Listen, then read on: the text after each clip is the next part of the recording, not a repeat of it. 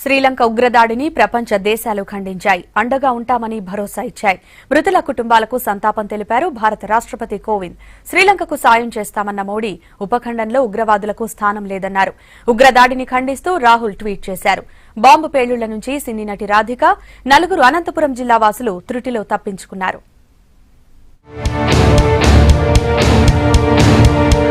2009లో ఎల్టీటీఈతో అంతర్యుద్ధం ముగిసినప్పటి నుంచి ప్రశాంతంగా ఉన్న శ్రీలంకలో వరుస బాంబు పేలుళ్లు కలకలం రేపాయి. ఉగ్ర దాడులతో లంక వణికిపోయింది. బాంబు పేలుళ్లపై విచారం వ్యక్తం చేశారు దేశ అధ్యక్షుడు మైత్రీపాల సిరిసేన. విషయం తెలిసిన వెంటనే తాను షాకు గురయ్యానని చెప్పారు. పేలుళ్ల ఘటనపై విచారణకు ఆదేశించారు. బాధిత కుటుంబాలకు అండగా ఉంటామని ప్రకటించారు. పుకార్లు నమ్మవద్దని ప్రజలకు విజ్ఞప్తి చేశారు శ్రీలంక ప్రధాని విక్రమసింఘే. పరిస్థితి అదుపులోనే ఉందని, ఎవరూ ఆందోళన చెందాల్సిన అవసరం లేదని చెప్పారు. Whenever this happens in any country, you find a downward trend. In fact, you will find that tourism will get affected in our country. For some time, that's happened in every country, and that was one of the rising sectors.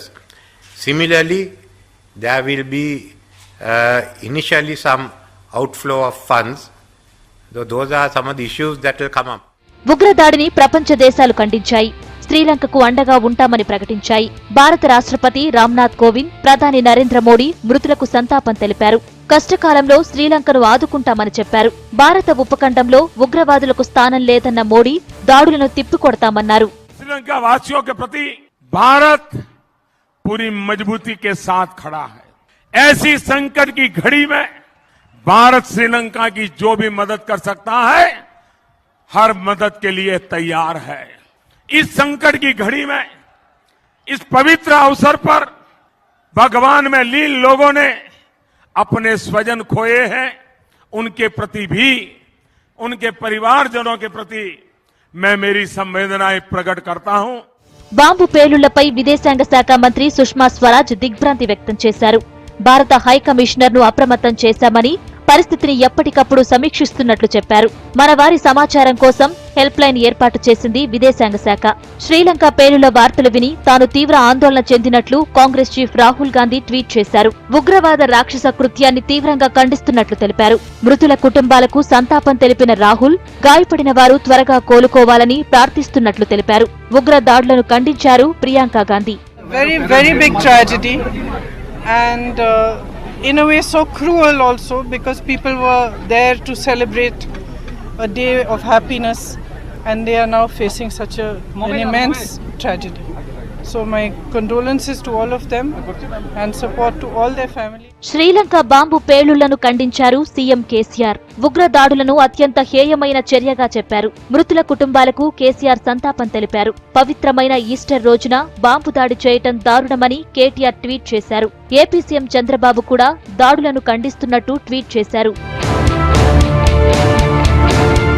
Bomb పేలుళ్ల నుంచి సినీ నటి రాధిక త్రుటిలో తప్పించుకున్నారు. సిన్నామన్ grand హోటల్లో బస చేసిన రాధిక పేలుళ్లకు కొద్ది నిమిషాల ముందే హోటల్ను ఖాళీ చేశారు. బాంబు దాడిపై ట్విట్టర్లో స్పందించిన రాధిక తాను షాకు గురయ్యానని చెప్పారు. దేవుడు తమతో ఉన్నారన్నారు. పేలుళ్లను నమ్మలేకపోతున్నానని రాధిక ట్వీట్ చేశారు. బాంబు పేలుళ్ల నుంచి నలుగురు అనంతపురం జిల్లా వాసులు తప్పించుకున్నారు.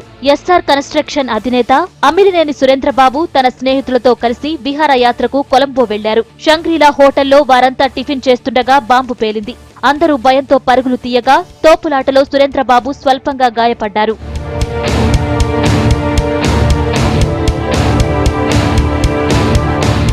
శ్రీలంకలోని నేషనల్ తౌహీద్ జమాత్ సంస్థ ఆత్మాహుతి దాడులకు పాల్పడుతుందని కొన్ని రోజుల క్రితమే ఓ విదేశీ నిఘా సంస్థ హెచ్చరించింది. దీనిపై 10 రోజుల క్రిందటే శ్రీలంక ఐపీ అధిపతి ప్రభుత్వ ఉన్నతాధికారులకు హెచ్చరికలు జారీ చేసినట్టు సమాచారం.